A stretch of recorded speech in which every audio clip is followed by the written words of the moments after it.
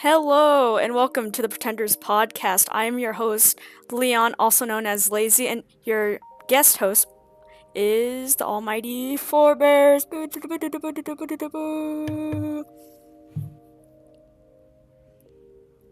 So, today, for our podcast, we're going to be talking about multiple things having to deal with week 2 and week 3. We're going to be talking about meta changes for week 3. We're going to be talking about add-ons on new teams on each side. How's it going? Hope we're all doing well.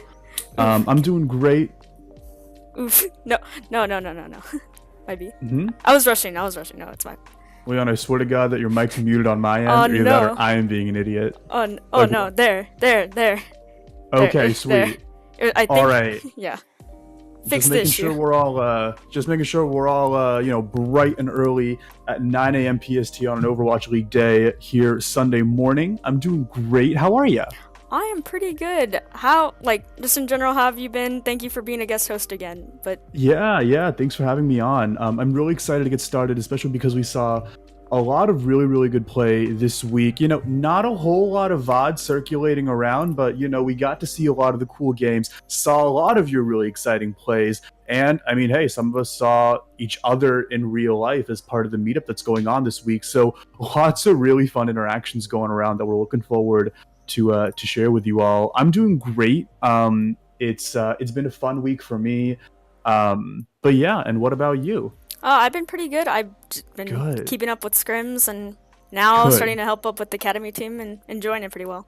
So yeah. And speaking of academy teams, speaking of all these results, we got a lot in store for you for this episode of the podcast. We're going to be going over our week 2 results, sort of our week 3 standoffs,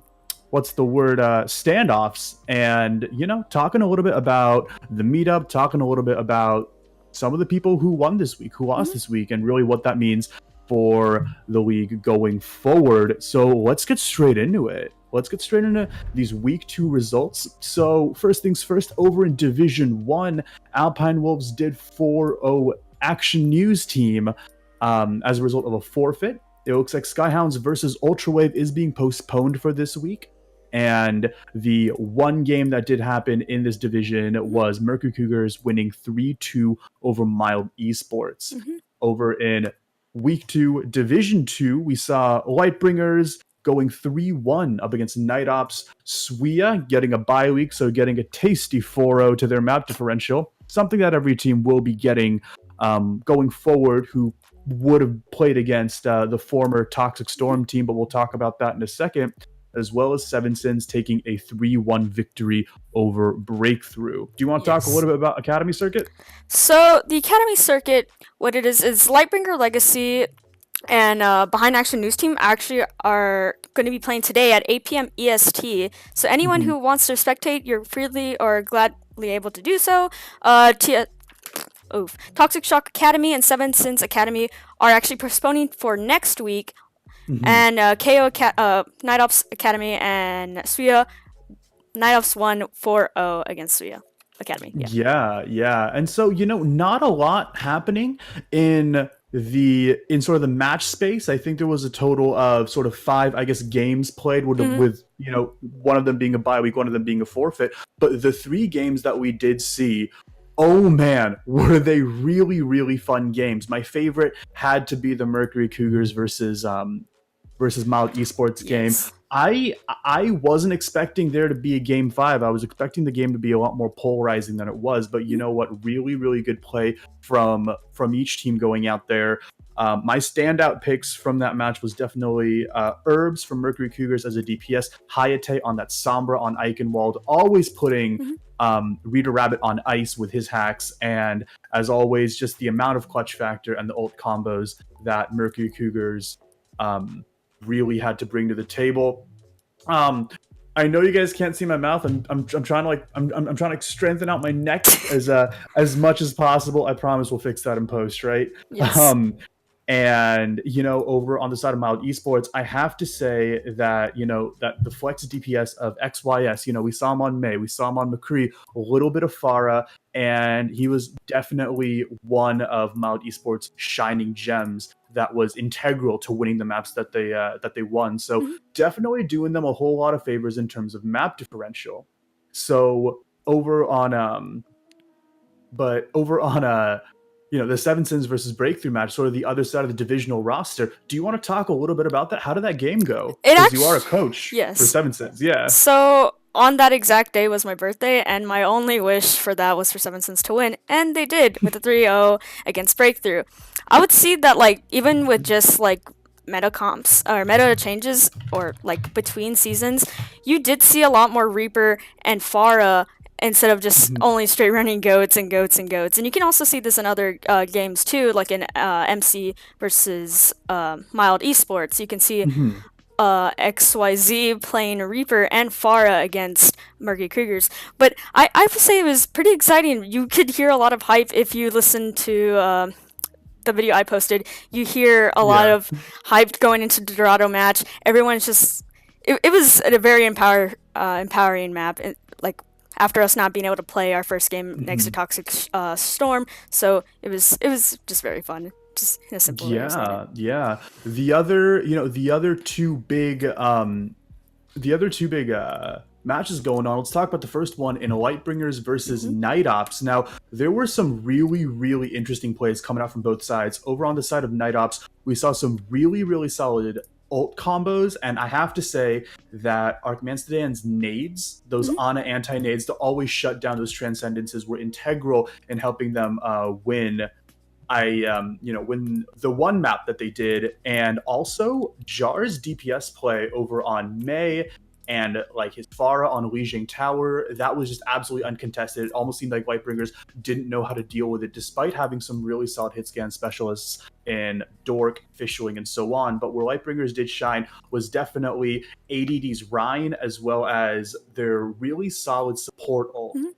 And their ability to just stall out for just so much time, something that it looks like Night Ops was a little bit struggling with, because they're used to getting their fights in really quick and also getting out really quick. So those were really my standout characters from the Night Ops and Lightbringers game.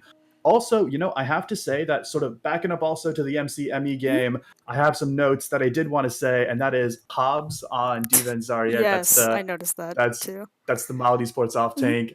He was phenomenal. We got to see some really, really solid play from him, as well as my favorite round from that entire match was the Anubis match, because we saw so many different compositions going on. Right, we saw these really weird Sombra dive defenses from the side of Mercury Cougars. We saw some double sniper Ryan Zarya from Mild Esports, as well as some classic goats, some classic dive. But ultimately, I think it was Mercury Cougars ult rotation and maybe a little bit Mild Esports maybe like hesitancy to like, hey, maybe we want to charge up a lot of these ults and then push in with the fight, really spending a lot of time doing that.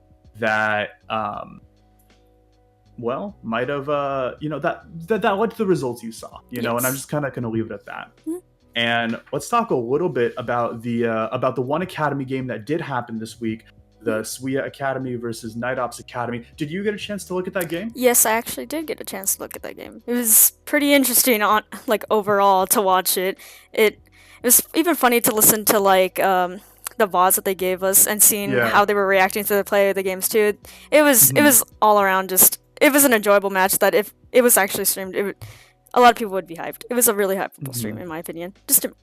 But yes. Yeah. Something I really did notice was that both teams really liked running Reaper. They really liked punishing those tank positioning, maybe misplays that each team was really able to identify and really punish with a lot of that Reaper play. You're gonna see a highlight over from Thunder God getting like a 5-man like Nano Blade. That's right, we're back to season 2, and it'll be a really fun time. Night Ops Academy, they got these really solid ult combos going off. Serial on Reinhardt was also just a really, really fun person to watch throughout that entire game, always enabling the team.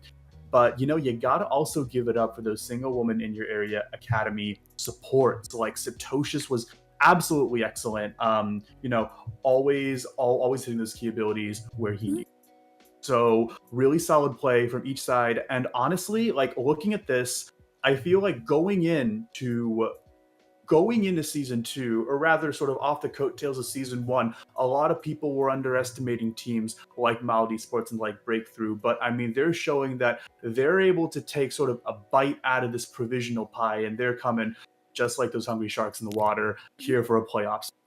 Yes, you can see that with math differentials. It's fine to lose 3, and everyone knows that. But if you can at least get that one map, you're still above all the others who are obviously getting 4-0'd, which it keeps your spirit high to see if you're going to be able to make it to playoffs too. Something else I've noticed though, just recently, just with players and how they're acting though.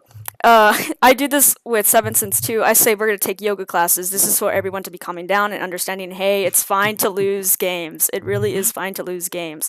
And you can see that with Night Ops, and you can even, during their Lightbringers game.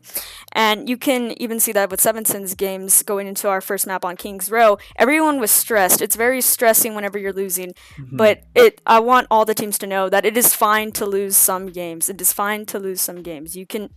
A loss is fine, but just remember, you can always do better. You can always practice.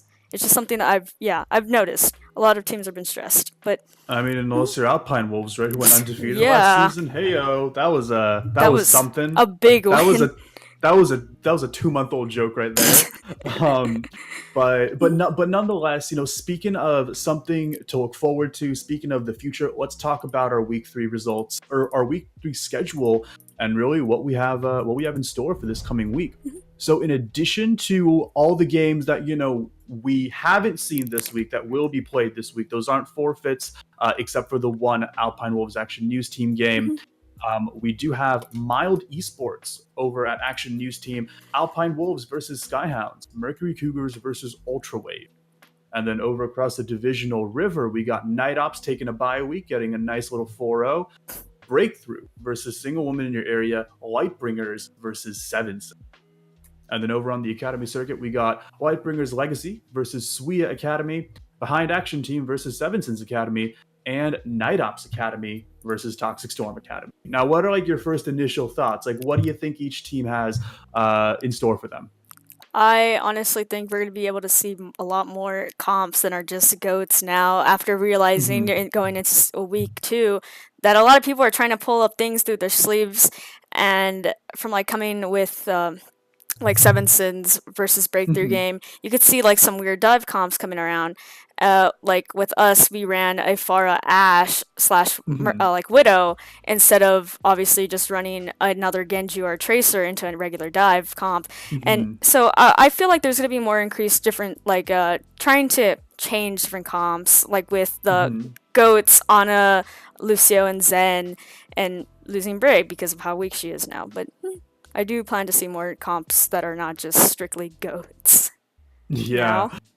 For me personally, the three games that I'm really looking forward to watching are definitely the MC Ultrawave game. Hmm. Right now, MC is undefeated. Ultrawave, really known as a team made of these former Titans and probably still current Titans here, Overwatch Pretenders. So I'm really excited to see how the new revamped Mercury Cougars roster, which seems to be really, really synergistic, works with a team made entirely out of veterans. Hmm. I'm also looking forward to seeing that Lightbringer Seven Sins game. You know, like Lightbringers, we've seen how dominant they are versus the two opponents they played this season, and I'm sure they're ready to go for another win. But you know what? Seven Sins of like a monstrous team of their own right. I'm really excited to see how you guys deal with, you know, the intense DPS play that Hmm. does come from the side of Lightbringers. Them really known to be like a phenomenal DPS factory. I don't even know how to describe the recruiting process, but whatever they're doing it right. Yes, they are. And definitely checking out the Lightbringers Legacy versus We Academy team. Now, Night Ops Academy, we know they're a great team, but I do want to put a focus on some of the other teams of the season, and I'm Yes. excited to see what Lightbringers Legacy can bring to the table this next. So, really, really excited for those. They'll be really fun to watch. Yes. From my side, I am just actually waiting to see if Action News Team can get back up and have enough players to play their next match with Mild Yeah. Esports. But the maps I'm looking forward to is obviously the Seven Sins versus Lightbringers map. Again, Of course. another Mercury Cougars versus Ultrawave map, or just Ultrawave and Mercury Cougars, because those teams have been keeping me hyped through the season. I'm ready to see Yeah. it. Being able to watch the Mercury Cougars game, that kept me up all night. I was like, what the hell? You guys, I haven't Yeah. focused at you guys at That all, and was a now nail watching. biter. Yes. And like being able to see like Spidey work, because I haven't ever seen Spidey play, and then finally watching him play Genji on Anubis, I was like, what the hell? This is amazing. Yeah. But those two maps, just not those two maps, those two matches are the matches I'm gonna be watching through this week. Yeah. Oh man. But you know, speaking of a lot of these teams getting, you know, ready to battle amongst each other, you have to consider a lot of the players and transfers that are going around. And I think it's time we take a second and talk about that. So I do have a bit of a list of a bunch of players that did get transferred just this past week. First things first, Seven Sins picked up RSW. Tell me about that. So we kind of had RSW in our back pocket, or my back pocket mind, for since the season began. I was like, RSW is a great communicator. He understands how to shot call, and I just like his off tank play in general. Since I know in Action News Team, since he was on there before he came to us, I just knew how he played, and I really liked how he talked to the team. He was very like open and friendly, and I thought that was nice coming in from us where we needed an extra off tank. Yeah, and you know what? He has a lot of good scrim experience. He has a lot of good Overwatch Pretenders experience. I think he's been here since the beginning, so definitely a pretty big asset. Not even going to mince words there. I do know that Night Ops Academy recently did drop both Nighthawk and Kenshi and picked up Thunder God. That was that big Reaper play highlight that you're going to be seeing a little later. That's going to be great. And I'm excited to maybe talk a little bit with some Night Ops Academy members about that. Hey, did I just leak an interview? Maybe I did. It'll be something to definitely look forward to. I do know that Skyhounds did drop Dragonic. Or rather, they didn't drop Dragonic. Dragonic looked to leave Skyhounds just due to some internal team strife. And another big loss this week has been Action News Team with the loss of both Endo and Achilles. Those were the last two members of the original Action News Team that sort of formulated last season. That was really, really good and really brought a lot of hype to their games, I'll tell you that. But they did pick up the former Action News Team DPS player, the Bear Jew. Definitely maybe looking for some leadership. Also, they have under added a whole new Centile, squad. if you do not know. They added Centile, too. Oh, Sentinel, yeah. Sentinel, I think Sentinel was previously of Action News Team. Yeah. He was got dropped, in- but then got picked up, Yes. and then got picked back up. Exactly, yeah. But you know, we'll be able to talk to Achilles a little later about that because hey, he's right there right now with the meetup. Fun fact! ! Meetup. If you're anywhere in the Burbank area, I think they're hanging out for one more day. That's today. And also, there's been a little bit of a situational thing with Suia, where, speaking of Suia, they recently picked up a new coach, Lycanthrope, from Action News team, and also their most recent off-tank, Chiharo, recently hit Masters. So he will be graduating at the end of the season.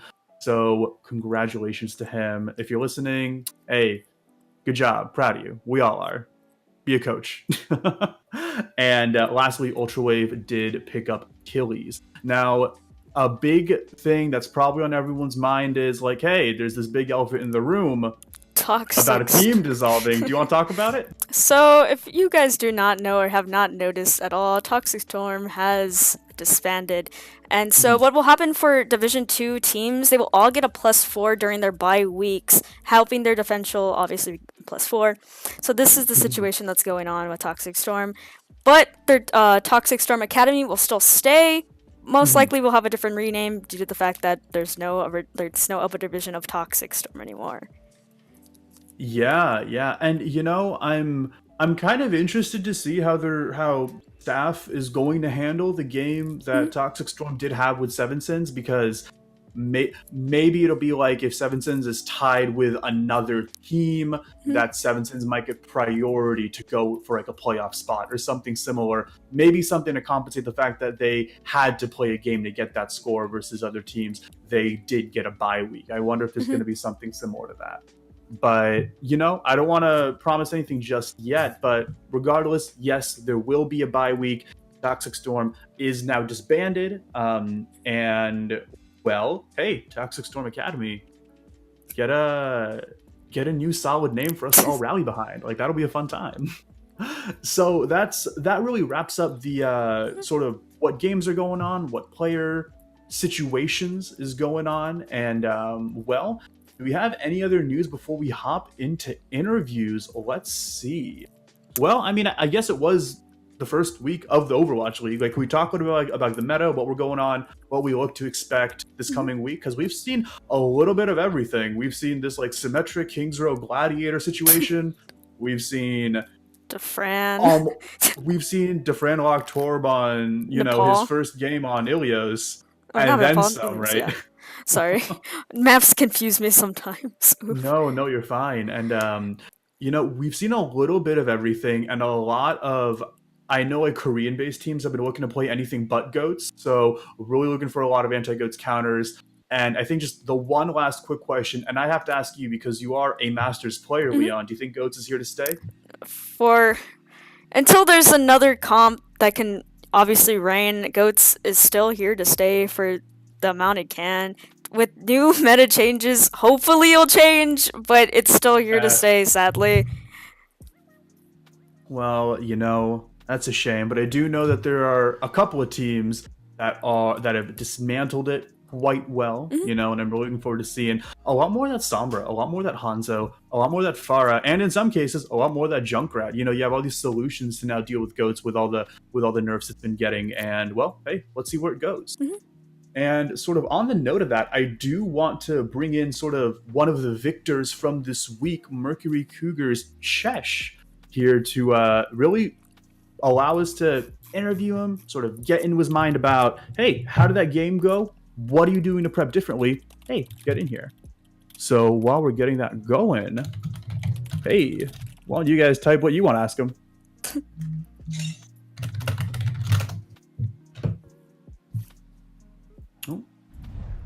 Oh my goodness. It's the man, the myth. I mean, Leon knows him as the man and the myth. I know him as the legend. Chesh, how's it going? It's been so long. What's up? And it's good to be here. Yeah. Thank you so much for being here and taking the time. And well, it looks like you got a special guest with you. Do you want to introduce both of you? Yeah, this is my son Corvo. He's out. He was awake while we were waiting to get in, and then he kind of took it out. But his mom dressed him up for the occasion. You can't see. He's styling way more than his dad. But well, you know what? I mean, all I know is that one of you has an Overwatch League hoodie on, and one of you doesn't. So I'm not going to mince words there.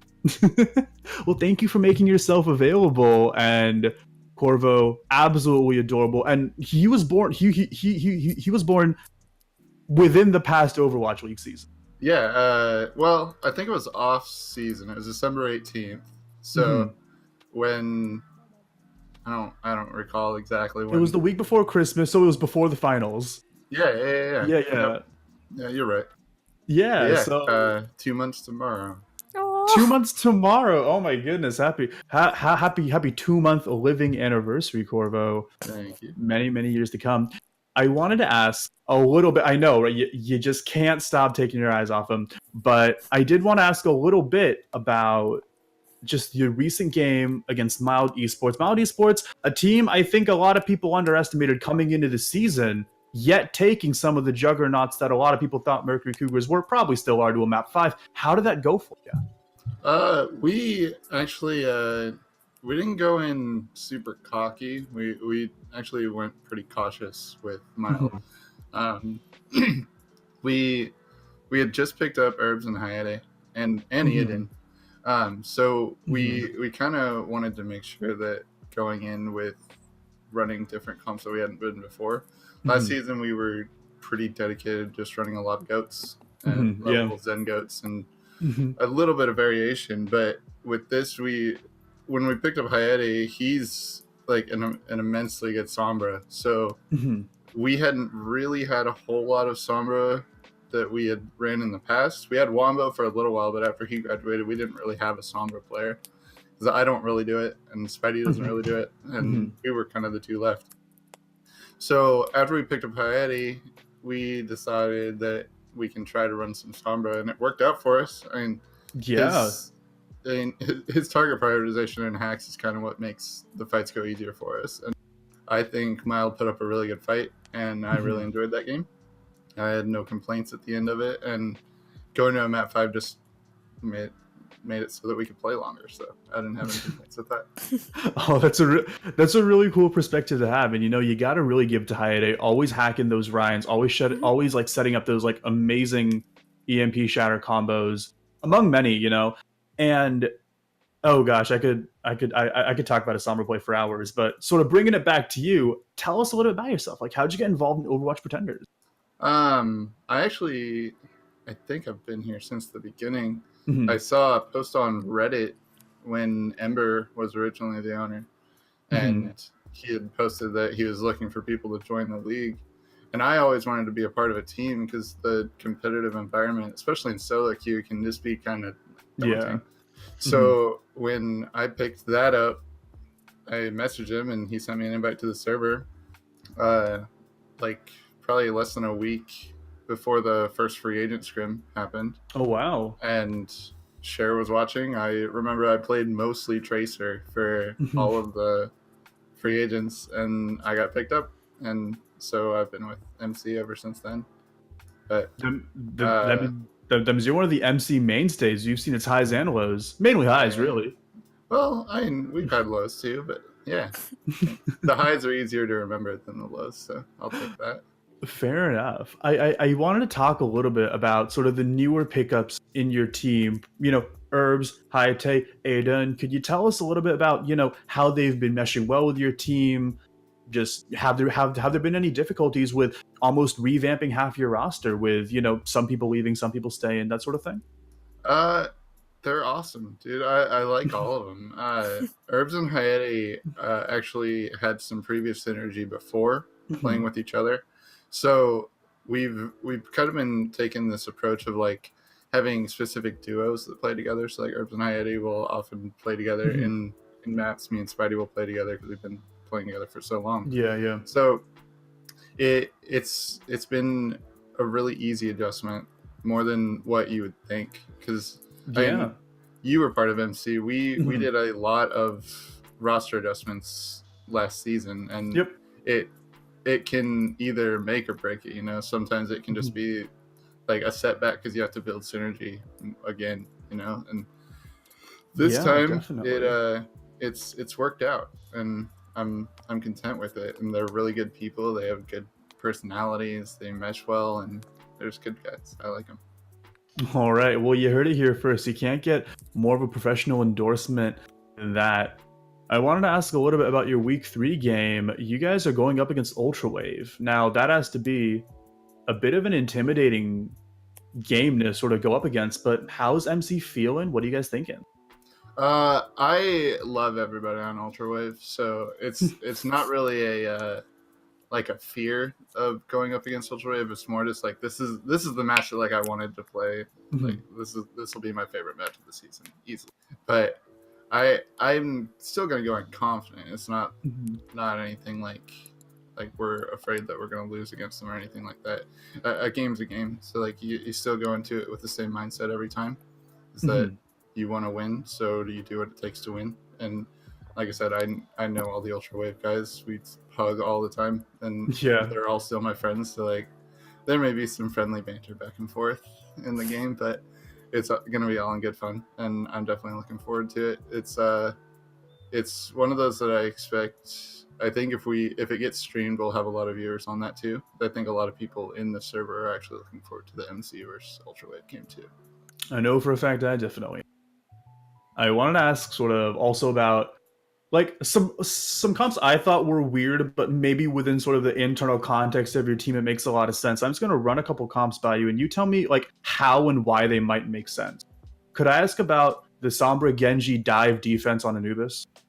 The Sombra Genji dive comp is actually something that is fairly fresh to us, but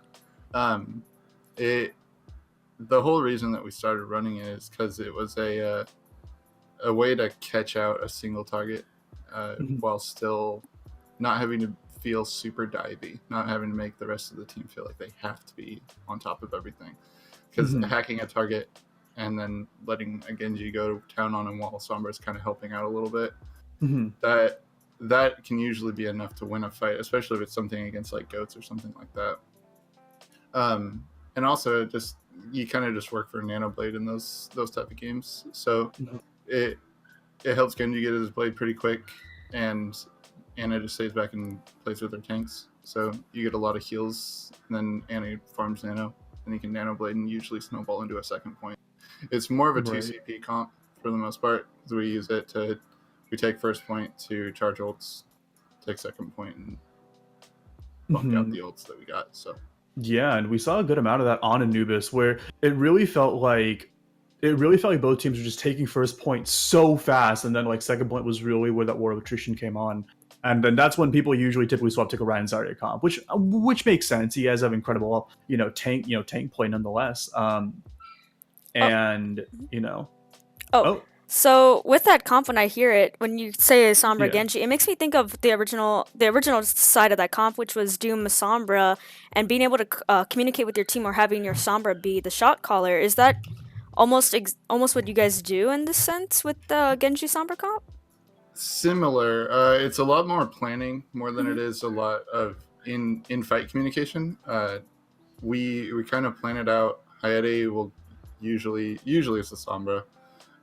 We plan out who the target's going to be. Once that target's hacked, we'll call it, and then we usually let our supports take over on shot calling from there. Okay. If we find our primary target and kind of make space for our tanks to get in, Cryptic, our main tank, is usually the one who will kind of start taking over and assigning new targets from there. But the main target in the beginning of the fight is usually a Sombra's call. Okay. Fair enough. Ahead of time, so. Actually, your former teammate Puppy asks you. By the way, he says hi. Hi, Puppy. He asks you, what's your favorite team comp to run right now with this whole like meta being like blown wide open? Right now, yeah. In any chance that I don't have to run Diva or Brick, so basically, any chance that I get to run like Genji or McCree, I'm always pretty content with. But I also understand like there is specific maps that it's more necessary for me to be on an off roll, and I don't mind it that much. But favorite comps to run is probably the Genji Sombra at the moment for our current comps. Favorite comp in general is still dive, just traditional dive, Genji Tracer, Lucio Zen, and Monkey Diva. But I don't know if we'll ever see a comeback for that one because there's not enough sustain from the healers in that situation anymore. Yeah, I was actually really excited when Boogie sort of hopped up on Wrecking Ball just for a little bit for that Anubis stall, and I was hoping we could see some classic ball action. He did get 2 kills, and Emmy did up getting that point. But you think we're gonna be seeing a bit of a K Boogie Hammond coming up soon? Well, and you don't have to reveal trade secrets. Like, that's okay. No. Yes, don't do. Speaking from Kate Boogie's opinion, I hope I'm speaking for him, right? That if he could run ball all the time, he would. He loves it. But there are certain times that our coaches have told him, like, there is certain maps or certain parts of maps that you can run ball. So I think you could expect to see it more often, but only if it turns out that it's an appropriate time for him to run it. And he understands that too, and he's usually pretty good about understanding, like, if he's close to a grab, he's not going to swap off the Zarya just to run a ball to try to stall for a point that may already been lost or something like that. So yeah, if it was up to him, he'd run it every time that he could. But it definitely not something that we're sitting on the back burner. It's definitely something that we will run if needed. All right, so you heard it here first. Hey Boogie will not play ball just for the ending 10 seconds of a map at least one time this season. Is that a Shesh promise? Well, don't quote me. It's not a promise. Okay, everyone quote him now. Someone clip it. Someone clip it. Oh, well, hold on, I got this. Well, in any case, just besides Ultra Wave, tell us a little bit about your division. Who do you feel are your biggest competitors? And just to recap, that includes Maldi Sports, Action News Team, Alpine Wolves, Skyhounds, Ultra Wave, and then yours.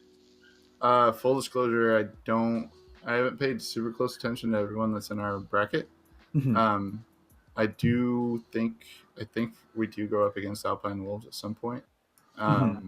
And they're kind of one that I'm really looking forward to. Because they were undefeated last season, so you always want to be the team that gives the best team an L, but there's no guarantee. I love you, David. But they almost have like the inverse of like the Shanghai Dragons. Like, everyone wants to be the first one to beat Alpine Wolves, kind of like how no one wants to be the first one to lose to Shanghai. Yeah, exactly. Sorry about that, all the Shanghai fans out there.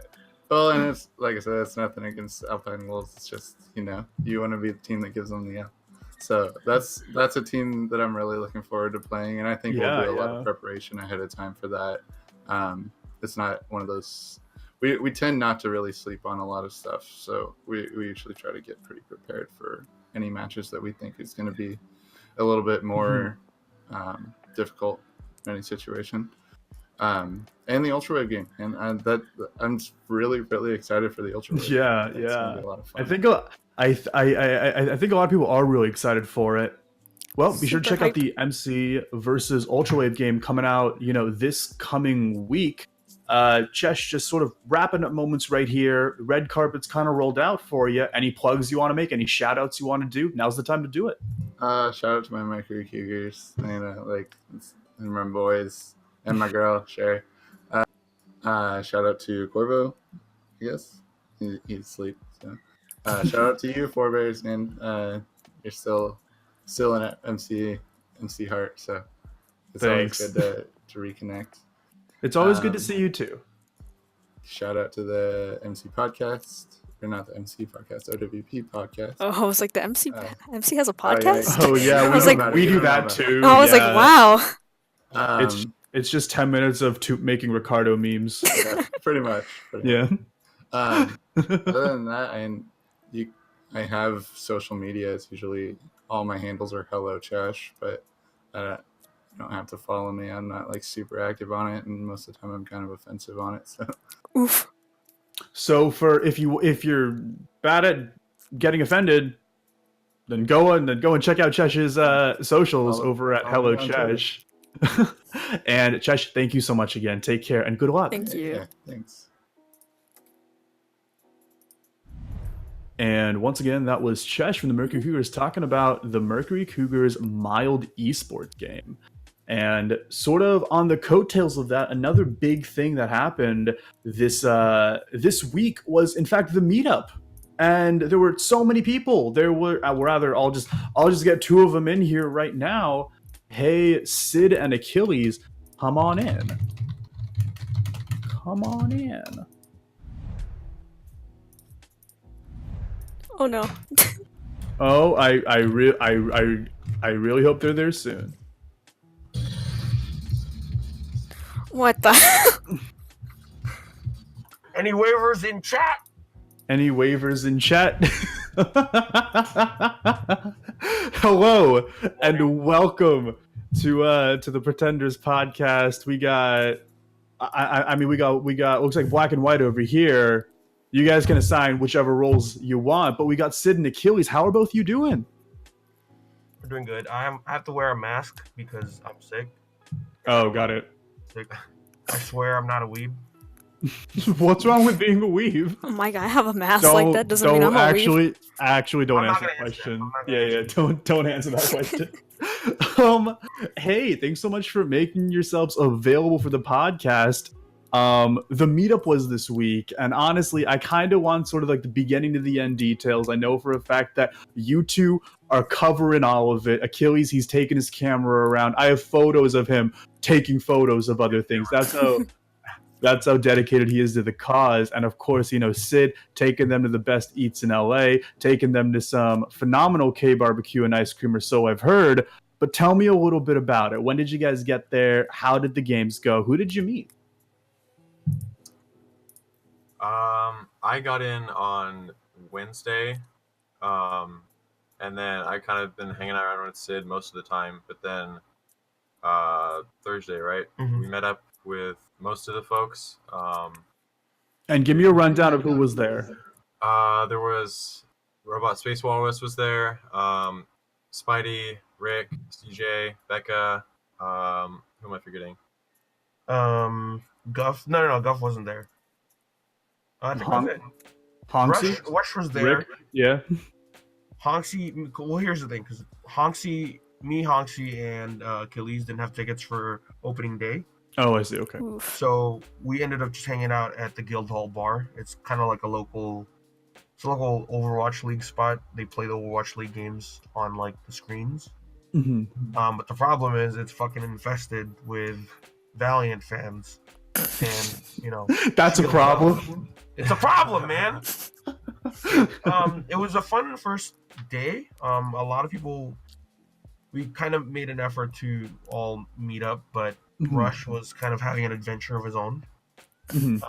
So we didn't get to meet up with him until late yesterday. But yeah, the meetup has been fun. It's been pretty awesome seeing everybody in real life and been hanging out every night pretty much since. Yeah, I've been like DMing with like a couple people back and forth, and it sounds like every single night you're just having this like phenomenal food and just meeting up with like the craziest people. Sid, you met up with CarQ, right? Like the World Cup Canada coach. You met up with Emong of And I met up with Philly Fusion, right? Fran with Atlanta Rain. And there's been just the Spirit opening week has been just absolutely insane. the what? The Spirit opening week has been just absolutely insane. Yeah, Oh, yeah, totally. it's been insane. So I've been partying around Achilles to like get photos and video of everything. Yeah. I don't want a video that he hasn't started working on yet, but I'm telling you, if and when he gets this video done, it's going to be the best fucking thing you've ever seen in your life. It's going to be the thing that we're going to use to market all other Overwatch Pretenders meetups, like for sure, right? And say like, hey, if you were there, you could definitely, you know, be here and be part of this fun. Like, what are you doing? You get to hang out with Sid, you get to hang out with Achilles. Maybe I'll be there, but I totally flaked. So if you want to shame me, now's the time to do it. No, I shame you privately. That's very true. And you know, yeah, it's been really cool just keeping up with everyone's adventures. I wanted to ask really quick about Achilles. You left Ant, and I wanted to know a little bit about that. And Sid, you recently picked up Achilles for Ultraweight. And I wanted to ask, was that an under the book situation? Was this premeditated, or was it more like Achilles, like, you know what, I'm out? And then you're like, look at this fresh young talent I've totally never worked with before. Never played plugs with before either. So, I mean, you know. for me, as far as like Ant was going, it started around like the end of last season when basically everyone left except me and Endo. Mhm. We picked up a lot of new people, and as it got closer to like first match day, we still didn't have a full roster. So a lot of the tryouts that we were picking up, we we tried them out and we're like, okay, we have an empty spot that we have to fill. So like we just picked up like all the people that would try out. So it kind of led to a team that wasn't really we didn't have a lot of like options as far as like picking people that synergize the best. And so after our first match and like in scrims, there was a lot of disagreement and certain things, especially around like Endo's play style and like a lot of the synergy around him. And he's a really aggressive main tank, no doubt about it, and that can be really helpful at times. Yeah. And I'm used to playing that way. Like I was on a team before over Pretenders with him, and that's kind of how he got involved in Pretenders. But like, so like me and him work pretty well together. But seeing the way things were kind of playing out, Endo didn't really want to go through the same kind of situation with our previous roster. So he decided to step back, and he was like pretty busy with, all the other teams that he's been helping with, like the Ant Academy team that he's started up and been organizing. Yeah. We decided to take a little break, and then I felt like, part of the experience for me that I enjoyed, was playing with like friends and people that I like actually know, and like this team was like all fresh to me. I was like, I wasn't having as much fun as I used to, on all the teams that I'd been on before. So I felt like Endo leaving would be kind of just a good opportunity for me to step back. And then, Sid heard about it and he said, hey, we'll pick you up as a substitute for a season. And I'm like, cool, I'll go with that for now. Fair enough. And Sid, you've worked with the Achilles in the past, so this must have been. And I've heard you sing this man's Lucio praise. So this must be a really exciting time for you, nonetheless. It's exciting, but it's also the thing about the reason why I personally wanted to pick up Achilles for Ultrawave is that our roster is super flexible. Super flexible. The only one that is not flexible is me. I have a very limited hero pool. Sid's his Zen one trick, his honest trap. I'm just kidding. Given I'm the best in my role, and I challenge anybody in the league to say otherwise. If in the event that I'm not available, we would have to force our DPS players to play a support role, and there's nothing worse than, we're already in a GOATS meta. We're having people play off roles already. So Achilles looking for a new team was kind of just it kind of came at the exact the right time for us, because we were starting to realize that problem internally, and it kind of just presented itself, and I kind of went after it a little bit more, faster than the team wanted. We eventually fixed it, or not fixed it. We eventually kind of hashed out what expectations we have of Achilles, and we actually had our first scrim with him, and from all accounts, everything's going pretty good. Yeah, everything. Yeah, and I think a lot of people are kind of looking at Ultrawave's direction and thinking like, "Whoo boy, like that's a playoff team for sure." It's a stacked team that a lot of people like to say. It's a team with a lot of experience going up against a team with a lot of experience in week 3 against Mercury Cougars. Like, could you guys talk to me a little about? Oh, there's no question. There's no question. Mercury versus Ultrawave is going to be the most hype match of the season. Why? Best bet. I've played with CJ, with Cryptic, and a few of the members of Mercury Cougars, in Pugs and an outside team, Truck Buddies, Sender's champion. And I know for a fact that the level of the pace that Cryptic sets, kind of transcends, or not transcends, but it permeates whatever team that he plays on.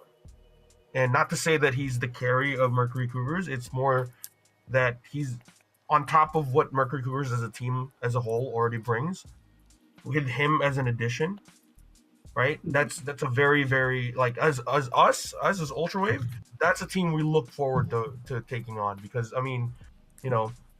it's never fun when it's one-sided, right? Like, for example, Alpine Wolves, we played them in scrims a few weeks ago. That was the most one-sided event I've ever played. Alpine Wolves on whose on end? Alpine Wolves part, like they completely outplayed us in every single turn, right? Like man to man, that team isn't really like, I wouldn't put like their members over ours, like just on a man to man basis, right? But as a team, there's no team right now that's as coordinated as our Alpine Wolves. Like, and I've scrimmed with pretty much all of the teams in Pretenders, and I've played against most of the teams in Pretenders. There's nobody as coordinated as Alpine Wolves, and that wasn't fun for us as on Ultrawave because obviously we were getting stomped, but that was a massive learning experience. And I feel like the Mercury Cougars game, whether we win or lose, I mean, spoilers, we're gonna win, but Of course, yeah.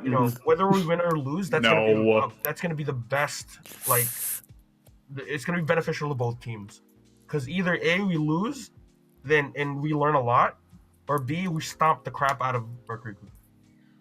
I mean, it's a shame it'll be the first one, and you guys are just going to be learning a lot. So sit down, fellas. Class is going to be in session. Don't you worry now. Achilles, I want to ask real quick about what your favorite part of the meetup was, and what games are you going to see today? Because the meetup's not done yet. Yeah. Dang. I don't know. Last night was pretty fun. We went to a gaming bar after dinner, and after dinner and drinks and dessert, and then we went to a gaming bar. So it was like we had a bunch of stops, but it was just fun. We were hanging out. Either that or the Friday games. That was fun because that's the first time I'd been to the games. I didn't have the tickets for Thursday.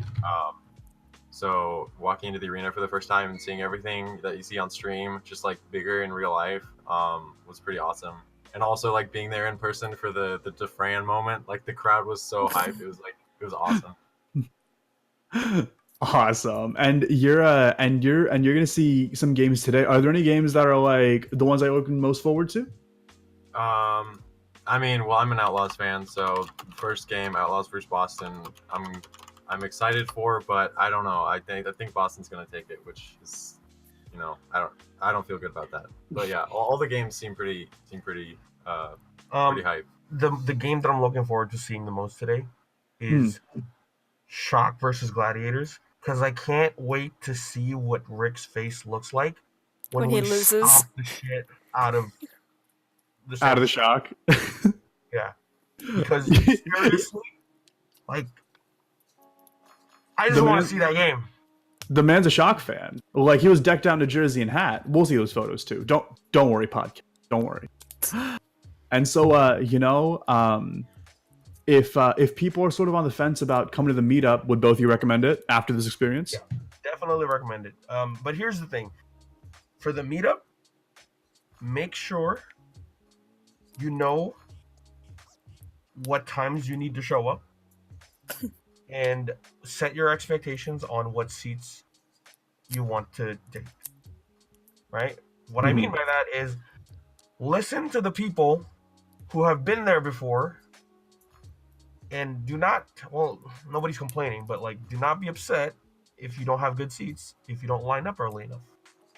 No, so it's just like all the conventions we've all been to, but a lot worse. And you know what? We're still looking forward to that nonetheless. So come out to whatever next meetup that we have going on soon. And just sort of, putting in the wrapping up comments here right now. The red carpet's yours. Any plugs or shout outs either of you want to make? Hey, now's the time to do it. Oh, and wait, I do have one question for you guys as being an Ultra Wave itself. What do you identify yourselves as, like, in roles? Flex support, main support, and I mean this for both you, Opposite, and Achilles, because I've only seen you as a Lucio and really nothing else. So I want to know, do you just call yourself a Lucio one trick, or? Well, the reason that you've only seen Achilles on Lucio is because he's a one trick. Yeah. I'm on Lucio. Like I said, I'm out of all of Ultra Wave, I'm the most inflexible. Like, so I would describe myself as flex support, but I'm not. I mean, I could say flex support all I want, but in reality, it's really just out on a Zen. Okay. Right. Fair enough. But yeah, All right. For me, I like Lucio probably the most. I play him a lot. He's really fun to play. But like, before I was like on Ant with Opsid, I played a lot of Zen, and I really like playing Mercy too. Honestly, like on the same level as my Lucio. But yeah, in the scrim yesterday, I was running Ana and Zen. A lot of the time, it's on Lucio. So right now, as far as like my role goes, I'm gonna focus on being like more flexible and just filling, for whatever support role I need. So All right. I started out as like a main support with shot calling as Lucio Mercy, but I'm gonna take whatever support I can get basically. All right. Well, you know what? We do know that you got a lot of fans. You got a lot of moral support, possibly the most important support role in the entire league, no doubt about it. And now's a moment to give him some shout outs. So hey, hit me with it. So I do have a Twitter, but I'd rather everybody tuning in, follow the Overwatch Pretenders Twitter. We're doing some more work over there. Follow Achilles on Twitter, which is Achilles_Overwatch or OW. But yeah, that's pretty much all we wanted to plug. Make sure you guys tune into the Mercury Cougars versus Ultra Wave match. We're still ironing out when the exact date is, but as soon as we got that date, we're gonna post it up. At this point, people in the server know who I am and how much of a loudmouth I am. So I'm gonna be chest beating a lot on that. I'm gonna be telling everybody about that match because come on, it's the best. It's gonna be the best match of the season. Alrighty. Well, once again, that was Sid and Achilles. Be sure to follow the Overwatch Pretenders Twitter as well as Achilles_OW on Twitter. Also, check out twitch.tv/OPSID1. Is that right, Sid? Yeah, check them out. Give them some love. I got to make sure I'm looking out for you guys. So once again, thank you both for being here. And hey, go enjoy those games. Send us lots of Thank you. photos. Thanks, Forbears. See ya. And once again, that was Opsid and Achilles of Ultrawave, sort of giving us their insight on what it's like to go to the meetup. And be sure to, hey, if you're around in the California Burbank area, come down next time we have one. And it's always a phenomenal time. You're going to be seeing a lot of people talking about it for a lot of weeks to come. So the final sort of set of interviews we had are actually from Night Ops Academy, recent off their victory. Let's actually get them in here. Come on in, both of you. And that is going to be King Crimson and Major Scott. Oh, there's one. Oh, there's two. Oh, there's two. All right.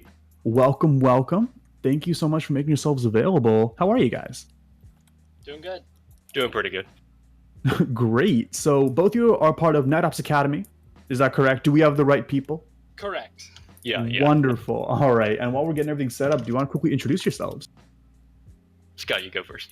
I'm Major Scott. I'm the flex support for Night Ops Academy. Great. And I am Keen Crimson. I am the projectile DPS for Night Ops Academy.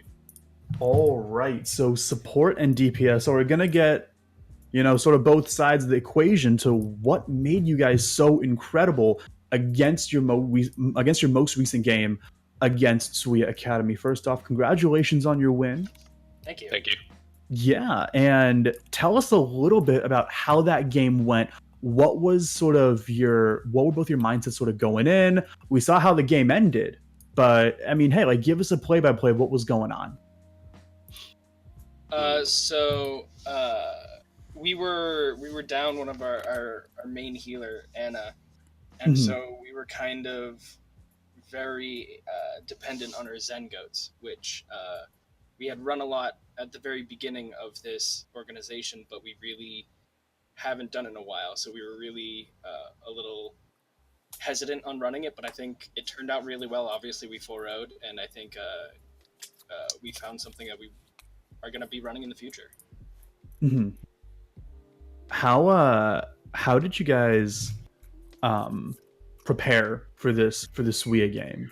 because I feel like a lot of people, they think of single eliminator area, they immediately think of the higher level team, which were in playoffs last season. So definitely not a team to be messed with, and having another team under that leadership would be definitely something to really think about, right? So how did you guys prepare for this SWIA game? So we knew that Subtosius was on the upper team, and so we were really looking out for their support play, because we knew that was something that is really strong on the SWE Academy is their support line. So we really tried to focus in on making sure that our team wasn't getting purpled by the Anna, and really suppressing the Reinhardt. And I think it showed, like, especially on Eichenwald and Dorado, we were really just getting super aggressive in their face, and they were giving us so much space that we just kept pushing them back farther and farther, and they never really had a chance to set up. Yeah. We also focused a lot on our comm structure too, so we were working on that the last week, trying to get that set up for this week. Yeah, and in the VODs you sent us, like, we saw it was very clean. A lot of, say, like, the Reaper, like Thunder God, who was flanking around to make those really big plays, like all that was being communicated. He was saying, "This is where I'm going to go." It was everything that needed to happen really did happen. I feel like that big Eichenwald highlight play of the game was really indicative of that. I wanted to ask a little bit about sort of Thunder God and Serial, and those were two of my sort of breakout stars that I really noticed the play of, and that I was really, looking forward to seeing a lot more of. Could you tell me a little bit about them and sort of how the entire team has just sort of been as a whole? So Thunder God was originally going to be our Zarya tryout, right? Because we lost our off tank. Interesting. We lost our off tank like last Thursday. Our Zarya main tank. So yeah, it was the day before first game. Yeah, so we were kind of scrambling there and whatnot. But he can also flex to Reaper.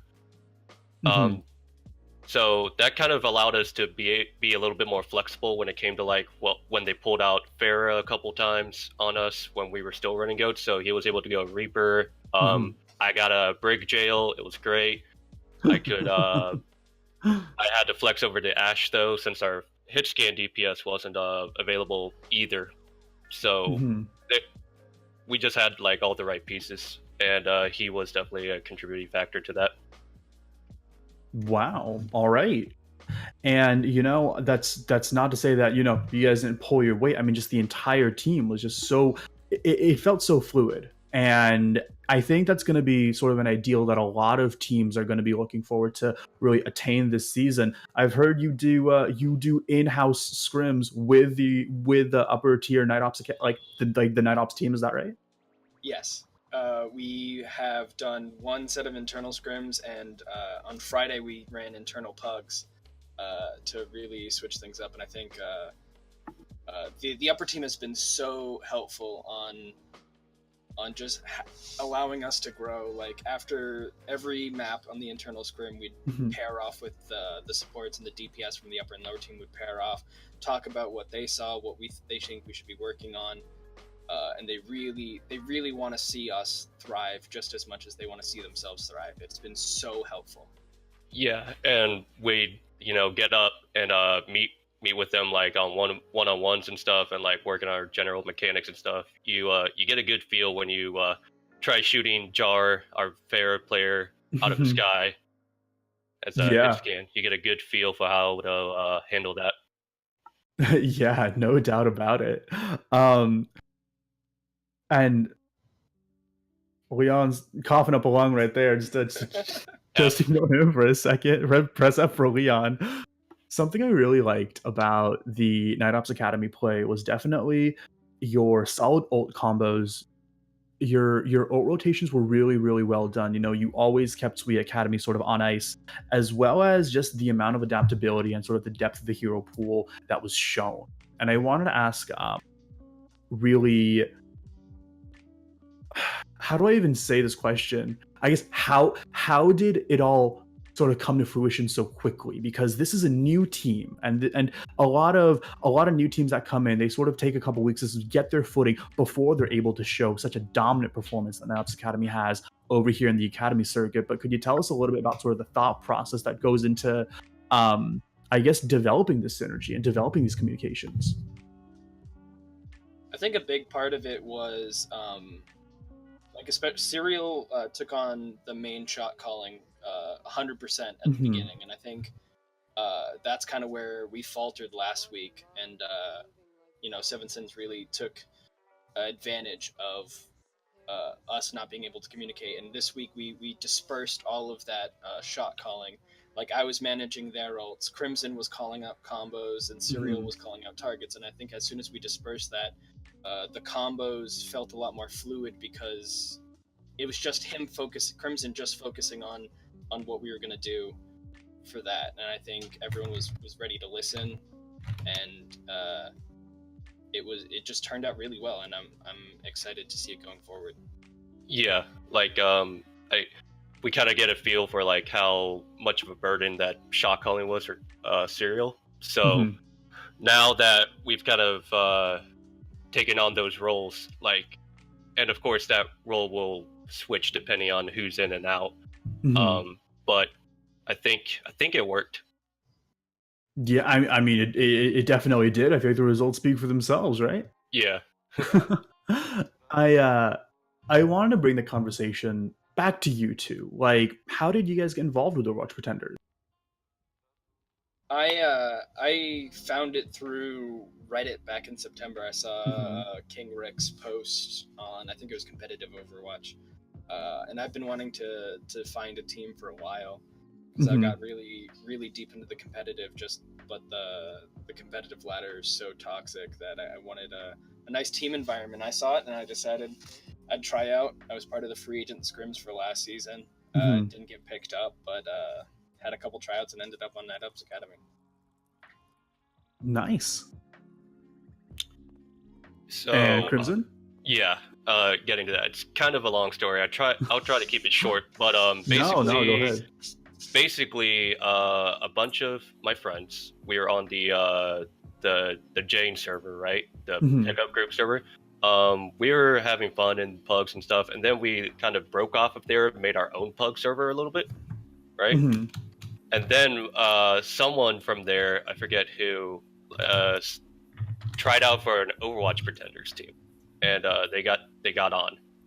And so she was like, "Hey, you guys should try to get on a team so that we can all play each other." And so I posted, and Serial contacted me to try out for NetOps. And I originally wanted to be a hit scan, or tried out for hit scan, but then they told me to go Genji and Hanzo, and well, they liked that a lot more than my hit scan. Well, I guess it all worked out, because now you have some phenomenal teammates, and well, I mean, you guys are on top of your division right now, so it must feel real good. It does. Yeah.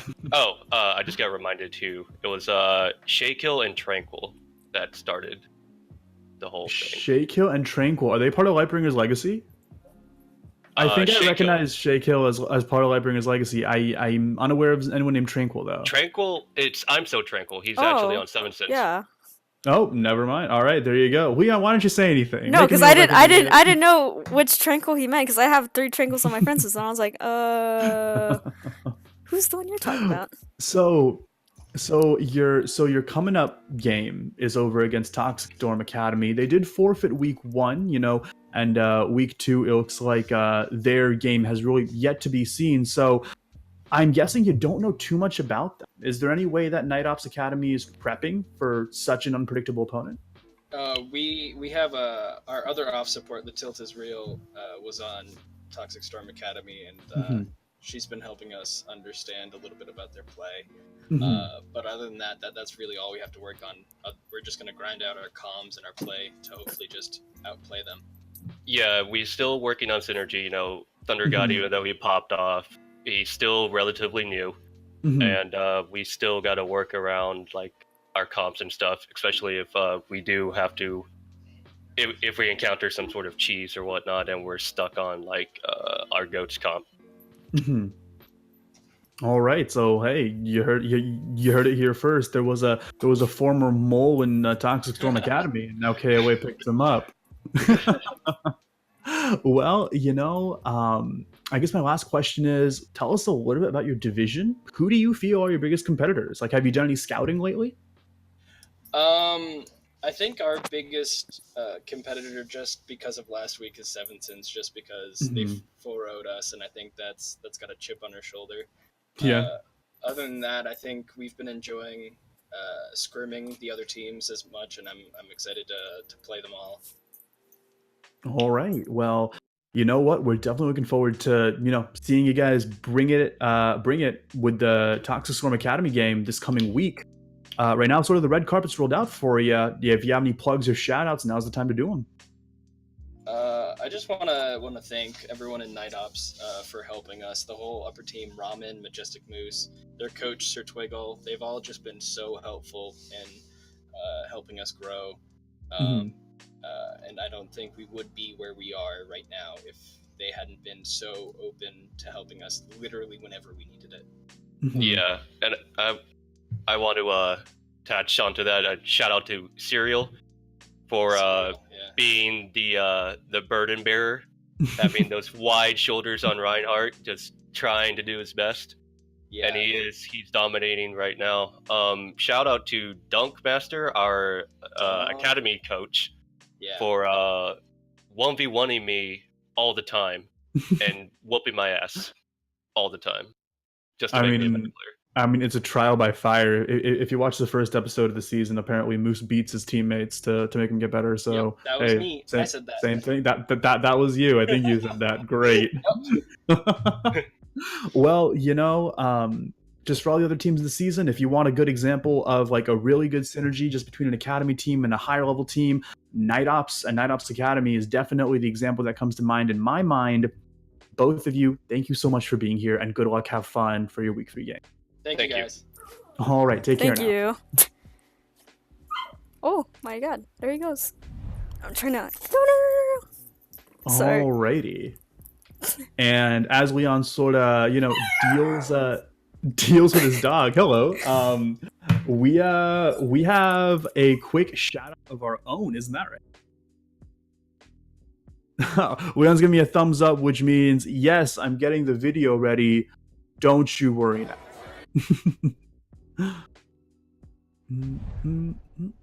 But let's see. In the meantime, always pulling up that video. Fun fact, it looks like I just heard from Skyhound's team rep, Akari_TV. They are an upper team looking for people to be part of Skyhound. So be sure to, ask her about anything that needs to be done. And it looks like we have, is that Sid? Yes. All right, and yes, let's see. It is. Yeah, and this is an official play of the week, as you can see by the official banner. Play of the week. Let's go. I'm ready. Thank you, dude. Sorry, Sid thinks you're the best. I think you're the best. Have a great day. Kari, you're the best. Stop, Kari. You're fucking awesome. So is your boyfriend. Thank you so much for supporting me.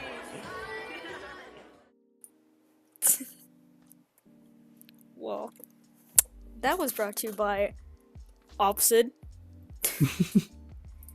In the spirit of Valentine's Day, Overwatch, the meetup, and as well as him being an interview guest. Hey, that's a little lovebird shout out from Sid to Akari. Monka S. Nah, that's cute as hell. Send Akari hearts. Love you, Kari. And we actually have another video, sort of also on the coattails of that, but this one is a celebration of the greater community. Got some highlights for you. Roll the clips. Starting off here with XYS, actually, not XYZ's, McCree 3K.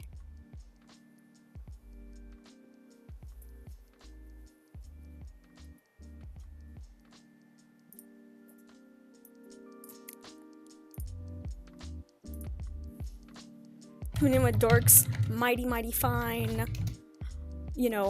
Dragon Blade here, coming up on Watchpoint Gibraltar, during on an official match. Cyphers denying an entire Genji Blade by themselves with not even having to use ult on also Watch Point Gibraltar. That was a great game for Mhm. Lightbringers.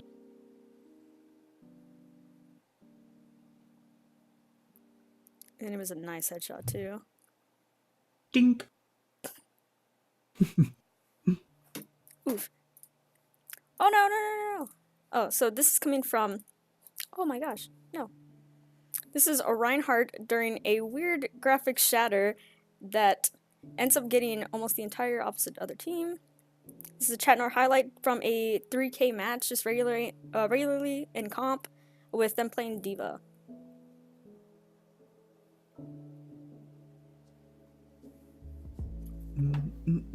Ooh. This one from Jar during an official match.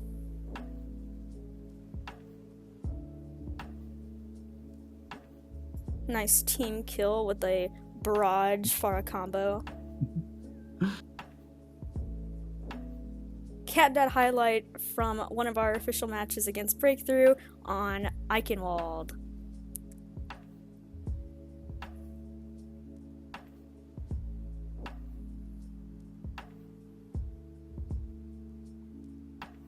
Oh gosh.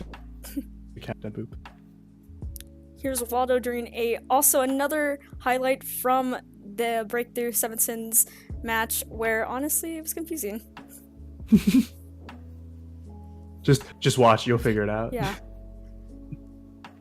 Another one from Cat Dad through the not Lightbringer, Seven Sins through Breakthrough game. There was a lot more uploads with this one, but nice boosts from Cat Dad all in all.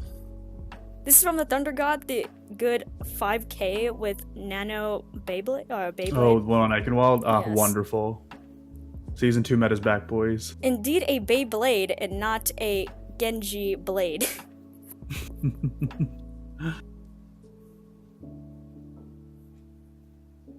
This a Diva Bomb brought in again through Breakthrough versus Simpsons.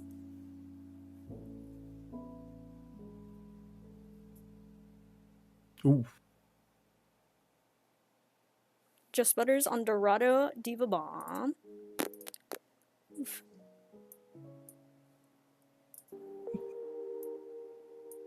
There's so many good there's so many good diva bombs I just in this know. entire I would say- this entire montage. Yeah, I was saying like during this week there were so many good Diva Bombs. Also sorry for how small this one is, but it was XYS actually getting an entire team kill on Nepal, and this one being on Eichenwald with a nice EMP shatter against with Mercury Cougars and MC. This one again also MC, but on Nepal on their 5th map with them grabbing and getting a nice primal 3K kill. And Oh yeah, that was cryptic, yeah. yep.